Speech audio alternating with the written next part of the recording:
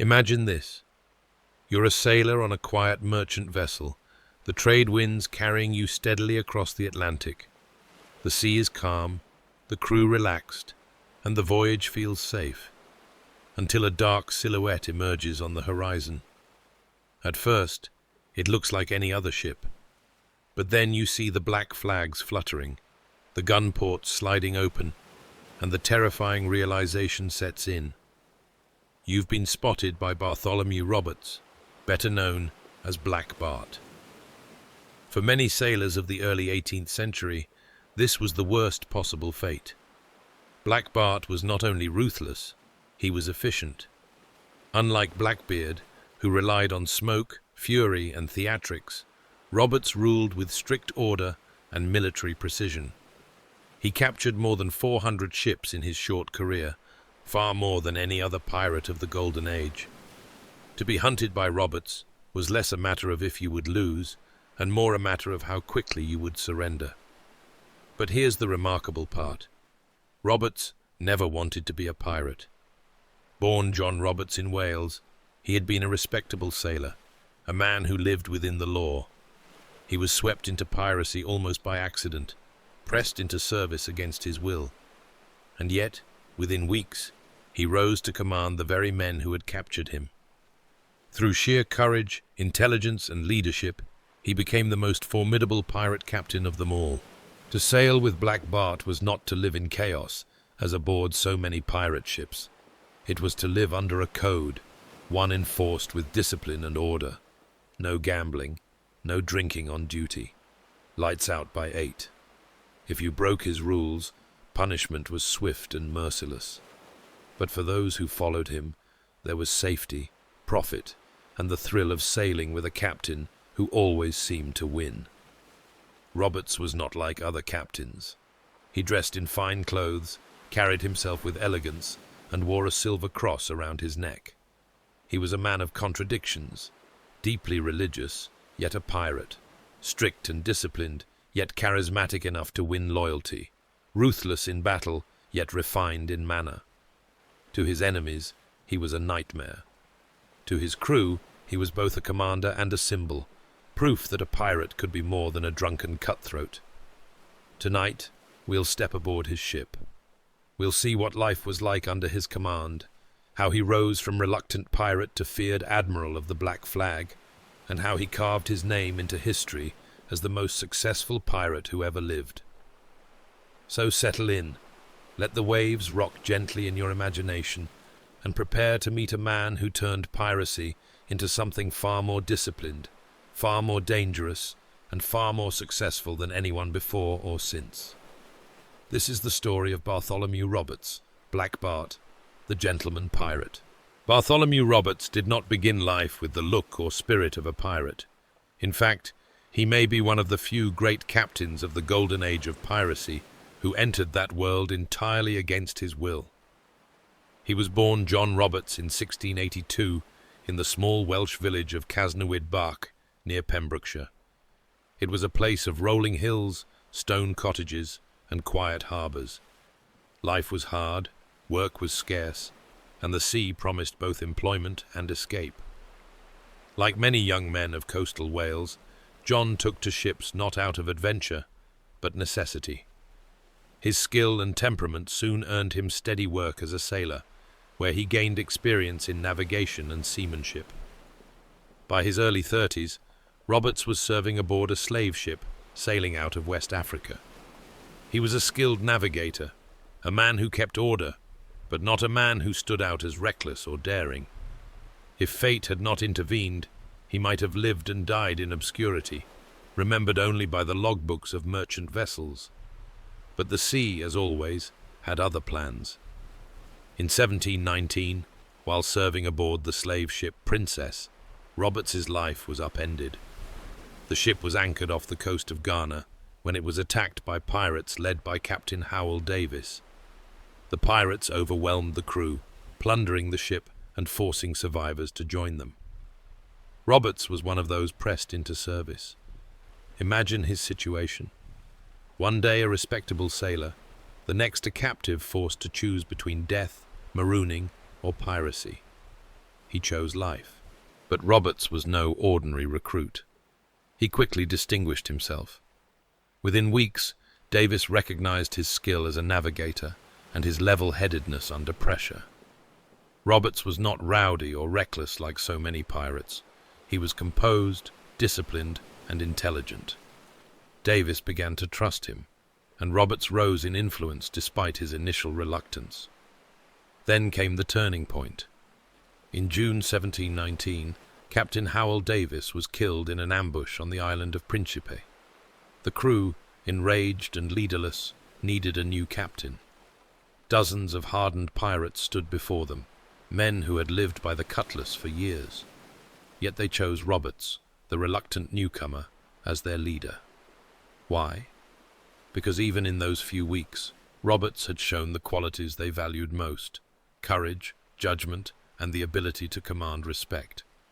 It is said that Roberts, upon being elected, remarked, "It is better to be a commander amongst rogues than a commoner in the regular army." If he was hesitant before, that moment marked the start of his transformation. Roberts may have been forced into piracy, but he embraced leadership with both hands. Almost immediately, he proved himself. His first decision as captain was to avenge Davis's death. He led his new crew back to Principe, where they attacked Portuguese ships and raided the town.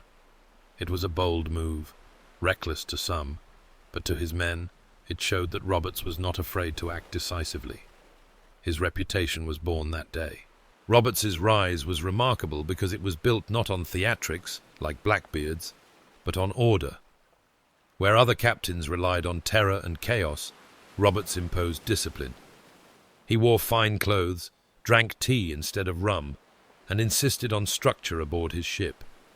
To men used to disorder, his methods might have seemed strange, but they worked. His crew began to see that under Roberts they had the best chance at profit and survival. But for Roberts himself, the transformation must have felt surreal. Only months earlier, he had been a reluctant recruit. Now he stood at the helm, dressed in rich crimson coats, pistols at his belt, commanding hundreds of men. The Welsh sailor from a quiet village had become the master of a pirate fleet. Still, it is worth remembering that Roberts never truly set out to be a pirate. He was pulled into it by circumstance, swept into a tide too powerful to resist. And yet, once he accepted the role, he became something extraordinary. He was not just a pirate captain, he was a pirate admiral, leading with a combination of discipline, charisma, and daring that made him the most successful of them all. For his crew, those early days were a revelation. They had chosen a man who seemed reluctant, but who quickly proved himself bolder, sharper, and more reliable than they could have hoped. To sail with Roberts was not to follow a drunkard or a brute. It was to follow a man who knew the sea, who commanded respect, and who seemed destined to carve his name into history. When Bartholomew Roberts first took the captain's place, few could have predicted what kind of leader he would become. Many pirates elected their captains quickly, often in moments of anger or desperation, and those same captains could be deposed just as quickly. But Roberts was different. From the moment he donned the mantle, he carried himself not just as a pirate captain, but as something greater, an admiral of fortune, a commander whose word held weight like iron. His first act of leadership set the tone.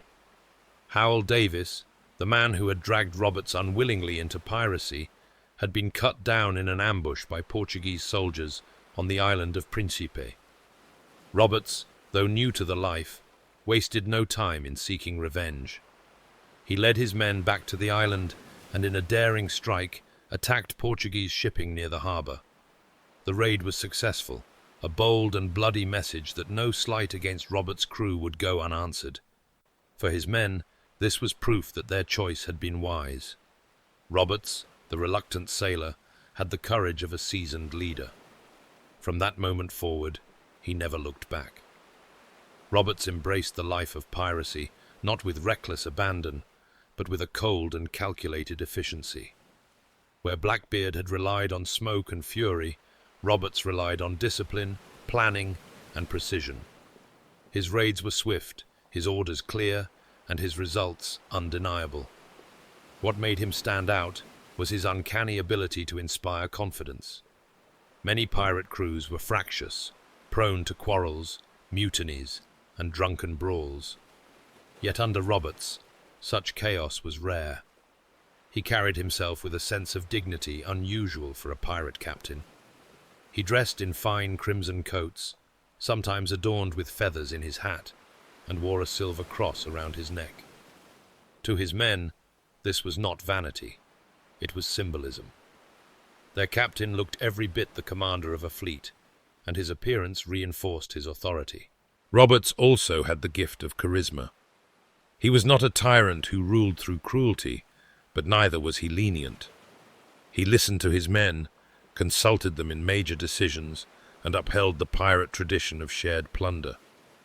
Yet once a course was decided, his orders were to be obeyed without question. The balance he struck between democracy and discipline made him both respected and feared. The results were astonishing. Within months of his election, Roberts had transformed a ragtag crew into a formidable force.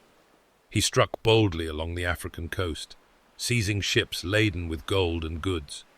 His raids extended into the Caribbean, where he captured merchantmen and even men of war. Each success brought more recruits, swelling his numbers and cementing his reputation. By the early 1720s, Roberts commanded a fleet of ships and hundreds of men. He was no longer simply a pirate. He was the closest thing piracy had to an admiral. His tactics reflected this.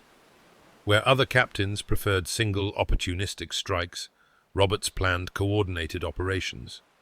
He blockaded harbors, captured convoys, and raided with military precision. He moved swiftly, striking before word of his presence could spread, and vanished just as quickly, leaving terror in his wake. His men admired his bravery as much as his cunning. Roberts was known to lead from the front, the first to charge into battle, pistols blazing and cutlass raised. He did not hide behind his crew or bark orders from safety. He fought alongside them, shoulder to shoulder. This earned him immense loyalty. To sail with Roberts was to sail with a captain who shared your risks as well as your rewards. But perhaps the most remarkable thing was how quickly he adapted. Only a year before, Roberts had been a respectable sailor, pressed into piracy against his will. Now, he was the most feared man on the Atlantic. His rise was meteoric, his legend spreading from Africa to the Americas. Captains whispered his name in dread, merchants cursed him, and sailors, whether they hated or admired him, could not deny that Roberts was something extraordinary. And yet, he remained a man of contradictions. He did not drink heavily, as so many pirates did. He forbade gambling aboard his ship. He imposed strict rules, unlike the freewheeling chaos of other crews. Some might have expected his men to rebel against such restrictions, but they didn't, because Roberts always delivered. Under his command, the crew grew rich, victories piled up, and their confidence soared. Discipline, it turned out, was no enemy of piracy. When paired with success, it was its greatest ally. By the time Roberts had fully established himself, he was no longer simply the reluctant sailor forced into piracy. He had embraced the role completely, reshaping it in his own image. He was no pirate king of theatrics like Blackbeard, but something sharper, a gentleman admiral of the Black Flag, a commander who wove discipline and daring into an unstoppable force. For his crew, those were heady days. To sail with Roberts was to live with the exhilarating certainty that, wherever they went, victory and plunder would follow. Few men in history rose so far, so fast from such reluctant beginnings. Roberts had not only become a pirate, he had become the very model of what a pirate captain could be. If Blackbeard ruled by fear and theatrics, then Bartholomew Roberts ruled by rules. To sail with him was to live under one of the strictest pirate codes ever enforced. It was a strange paradox. Aboard the ship of a man outside the law itself was everywhere. And while many pirates gloried in chaos and indulgence, Roberts made it clear, On his decks, order was survival. The Articles of Agreement, as pirate codes were called, were common enough. Crews used them to regulate pay, punishments, and conduct. But Roberts' code went further. Where other captains allowed drunken brawls, he forbade drinking on duty. Where others indulged in dice and cards, Roberts outlawed gambling entirely. And where most pirate ships roared with music and laughter at all hours, Roberts demanded lights out by 8 o'clock. At first glance, these rules might have seemed joyless. After all, piracy was supposed to be about freedom, the rejection of navy discipline, the rejection of merchant drudgery. But Roberts understood something few others did. A pirate crew was only as strong as its discipline, and discipline meant survival. Life aboard his flagship reflected this philosophy. The decks were kept cleaner than most, weapons were always ready for action, and watches were carefully maintained. Men who shirked duty found themselves punished swiftly, sometimes with lashes, sometimes with loss of plunder shares. Roberts had no patience for idleness or disorder. His men joked that he ran his ships like a naval admiral, and in many ways he did. And yet, there was fairness too. The plunder was divided equally according to rank, and those who were injured received compensation. If a man lost a limb, he was given more than coin. He was given the security of knowing his comrades would not abandon him. Roberts' code was strict, but it was not cruel. He understood that loyalty was forged not only in fear, but in fairness. Daily life under Roberts was more orderly than most pirate crews could imagine. Men rose at dawn to the boatswain's whistle, set to work repairing sails, swabbing decks, or manning the pumps. Meals were plain but reliable: salted meat, ship's biscuit, and the occasional fresh catch. Grog was rationed, but Roberts never let it flow to the point of disorder. When dusk came, lanterns were extinguished, and men turned into hammocks, strung shoulder to shoulder. For new recruits, the adjustment could be difficult. Many came from ships where rum was drunk freely, fights were common, and authority weak. Under Roberts, they found something different, a strange blend of freedom and military rigor. Yet most adapted quickly, because the results spoke for themselves. Roberts' men lived longer, fought better, and captured more ships than any other crew. But the code was not only about discipline, it was about identity. Roberts made it clear that his crew was different, sharper, and superior to other pirates. While others wasted their spoils on drink and debauchery, Roberts's men marched with pride. They knew they sailed with the most successful captain alive, and his rules gave them a sense of belonging. Still, not everyone approved. There are accounts of discontent among those who longed for the wilder freedoms of piracy. Roberts had little patience for them. Mutiny was not tolerated, and he dealt with dissent quickly. His reputation was such that even whispers of rebellion rarely grew louder. His charisma, combined with his success, kept men in line. Roberts himself set the example. He dressed elegantly in crimson coats, sometimes with feathers in his hat, but he was no idle figurehead. He worked as hard as his men, fought at their side, and navigated with precision. He wore his silver cross openly, and while few pirates were devout, they respected his convictions. He showed them that piracy could be something greater than chaos, that it could be an enterprise, guided by order, sharpened by discipline, and crowned with victory. What was it like, then, to live under Black Bart's code? For some, it must have been frustrating. No dice games to pass the time, no wild nights of drinking, no indulgence in the chaos that defined so many other crews. But for others, it was liberating. They could trust that their captain cared for their survival as much as their plunder. They could sleep knowing that no drunken brawl would end with a knife in their gut. They could fight knowing their ship was always ready, their weapons always sharp, and their comrades always disciplined. It was not freedom in the reckless sense. It was freedom within order. And in that order, Roberts forged the deadliest pirate crew the world had ever seen. To sail with him was not to live as a rabble, but as a brotherhood bound by rules, discipline, and the iron will of a captain who understood that piracy could only thrive if it was stronger, sharper, and smarter than the world that hunted it. If Bartholomew Roberts was strict aboard his ship, he was terrifying when he unleashed his crew upon the sea. Under his command, piracy was not reckless chaos. It was a campaign, swift and relentless, striking terror wherever his black flags appeared. To sail with Roberts was to sail with a man who captured more ships than any other pirate in history, over 400 prizes in just 3 short years. His genius lay in speed and precision. Where other pirates lingered in one region, Roberts moved constantly, his sails appearing in waters from Africa to the Caribbean to South America. His raids were carefully chosen, his strikes planned like a general's. He did not simply stumble upon ships, he hunted them. And when he attacked, his men moved with the discipline of soldiers. Imagine being a merchant captain in 1720, your ship laden with sugar, rum, or gold. Suddenly, sails appear on the horizon. You see the dreaded black flag rise, signaling no quarter if you resist. Then Roberts's ship closes in. His cannons thunder, smoke fills the air, and within minutes your vessel is overwhelmed. Resistance is futile.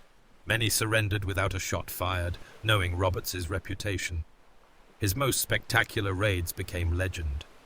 Off the coast of Brazil, Roberts once captured an entire convoy of 42 Portuguese ships.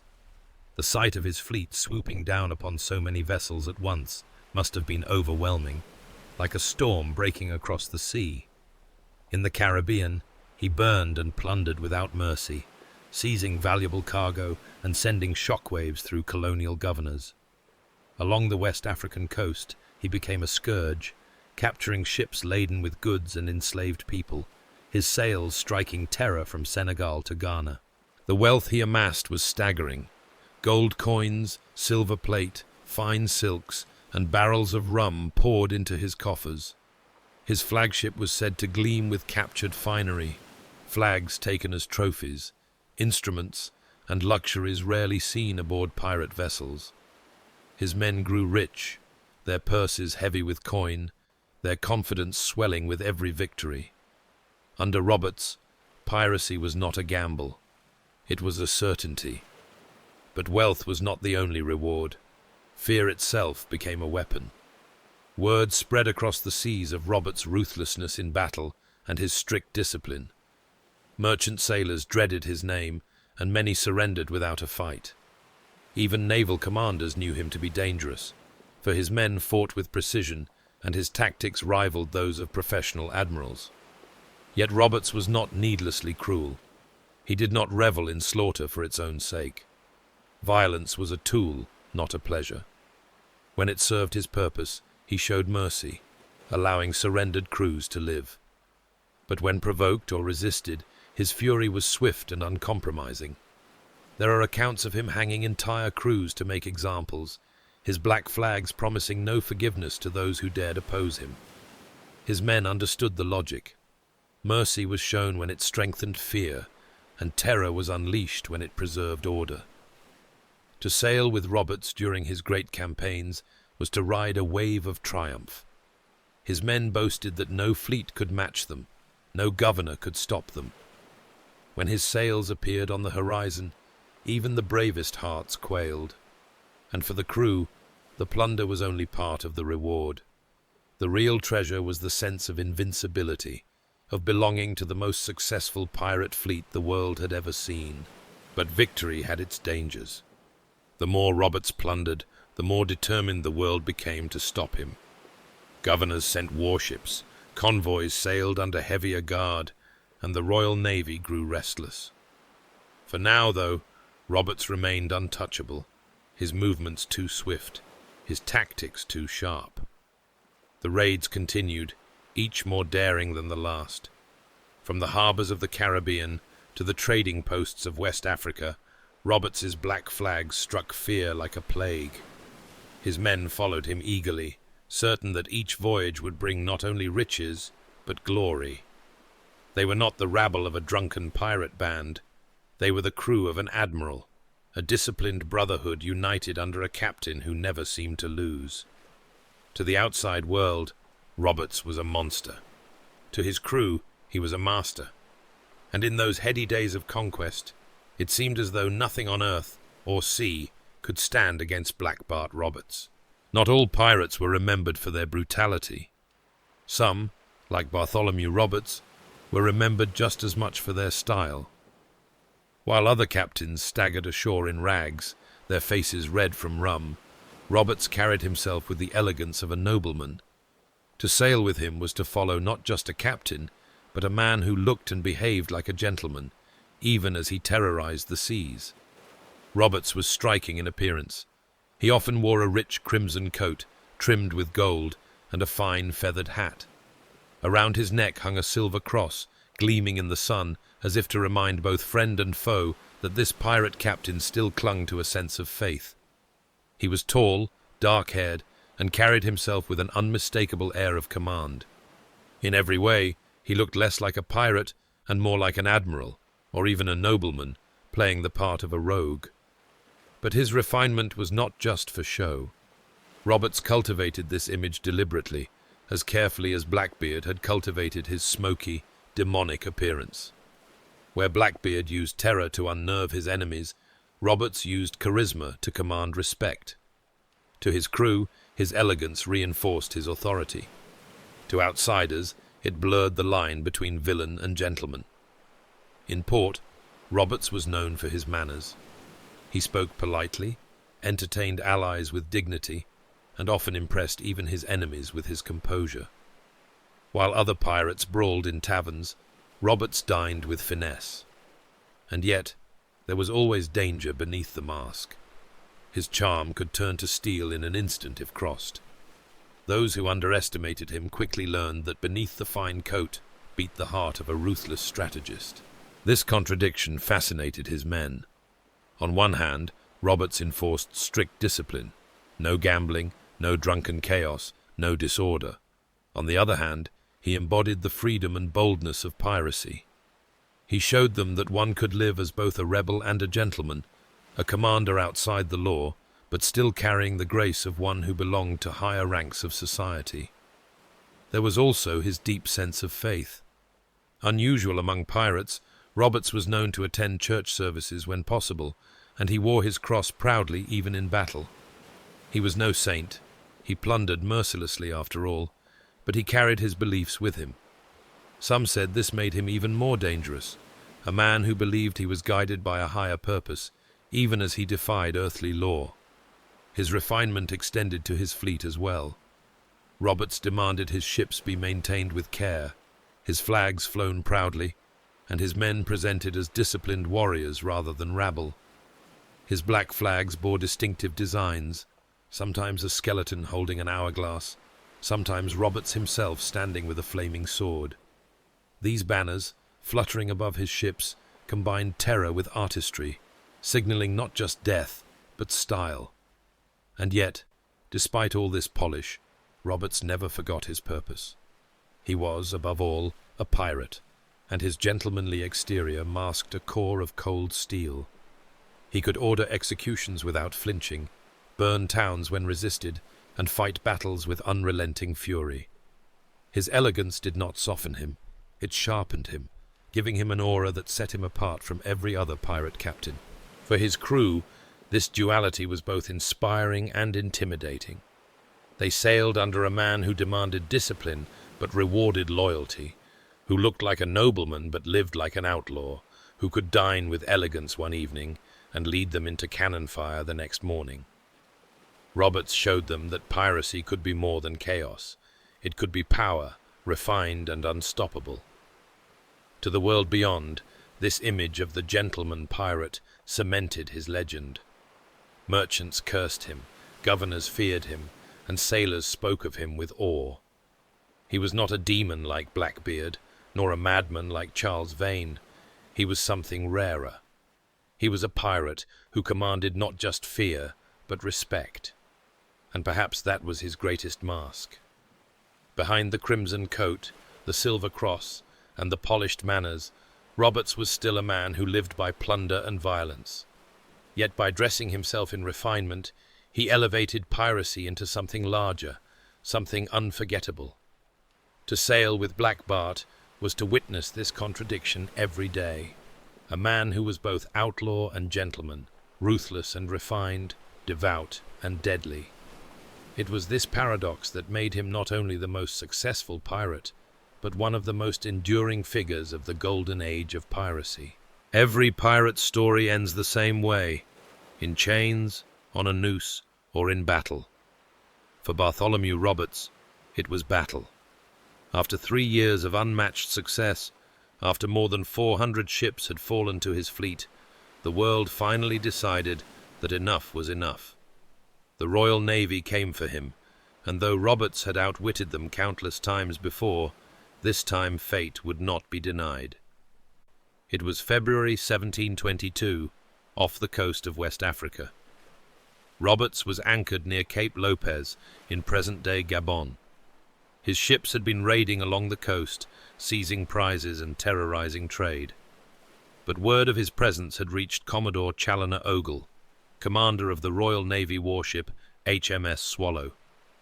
Unlike so many merchant captains, Ogle was determined not to flee, but to hunt the gentleman pirate down.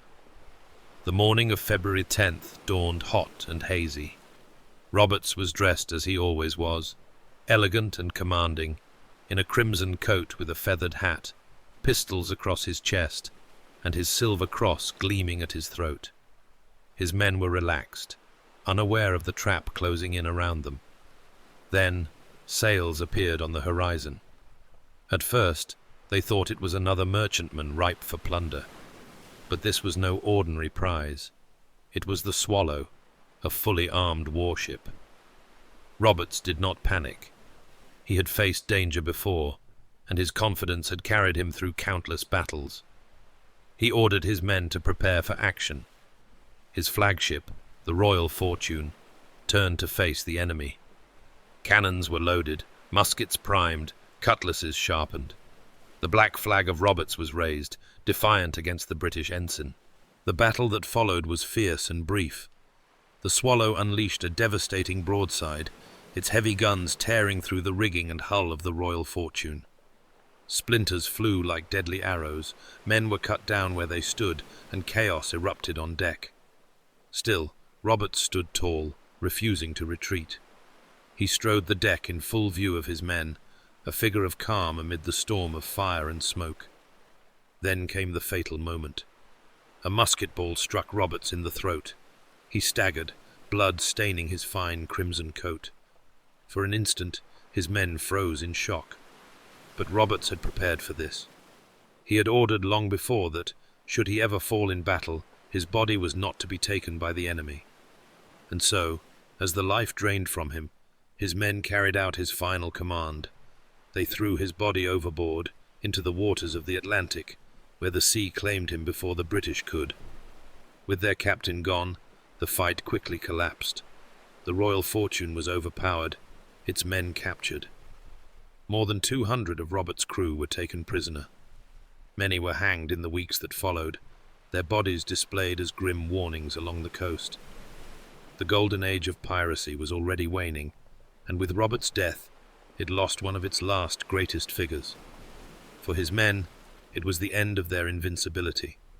For the world, it was the end of the most successful pirate in history. No one before or since matched his record. Over 400 ships captured, dozens of ports raided, and countless fortunes plundered. Roberts had turned piracy from reckless chaos into something closer to naval warfare, and in doing so, he left a mark that could never be erased. And yet, his legacy was not only one of fear. To many sailors, Roberts symbolized a strange kind of order and justice within piracy. He enforced rules, protected his men with fair shares, and carried himself with dignity. He showed that a pirate captain could be more than a drunken cutthroat, that he could be disciplined, commanding, and even gentlemanly. Stories of his final battle spread quickly across the Atlantic. Sailors told of his crimson coat, his silver cross, and how he had faced death without flinching. Even his enemies admitted his courage. And as with Blackbeard before him, the legend only grew.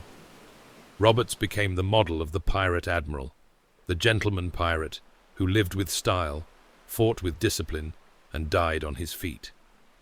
To sail with Bartholomew Roberts, his men would later recall, was to sail with a man who seemed born to command. He was not reckless, but bold, not cruel, but uncompromising, not chaotic, but disciplined. And though his reign was short, it was dazzling, a flash of brilliance in the stormy twilight of piracy's golden age. When his body slipped beneath the waves, the sea claimed not just a man, but a legend. His name lived on in ballads, broadsheets, and whispers in taverns. Even today, when we think of pirates, the shadow of Black Bart sails with them, a crimson figure against the horizon, a gentleman among rogues, and the greatest captain of them all. And so, Bartholomew Roberts, Black Bart, slipped beneath the waves, his crimson coat and silver cross vanishing into the Atlantic. He was the reluctant sailor who became the most successful pirate in history, the man who captured more than 400 ships, and the gentleman pirate who proved that discipline and order could be as deadly as cannon fire. But Roberts's death was also a turning point. The Golden Age of Piracy was nearing its end, and the days of pirate admirals ruling the seas were fading fast. Yet for a few short years he showed the world what piracy could be: efficient, terrifying, and unstoppable. Now, I want to hear from you. If you had to choose, would you rather sail with Blackbeard's chaos and fury, or Roberts's discipline and precision? Tell me in the comments below. I'll be reading your answers as I prepare the next story. Because our voyage doesn't end here. Next time we'll dive into the life of Captain William Kidd, a man remembered by some as a ruthless pirate, and by others as a victim of circumstance, hanged for crimes he may not have committed. Was Kidd truly a villain, or was he a scapegoat of empire? That's the mystery we'll unravel together. Until then, thank you for joining me on this journey. May your dreams tonight be filled with calm seas, the whisper of sails, and the shadow of a crimson figure on the horizon.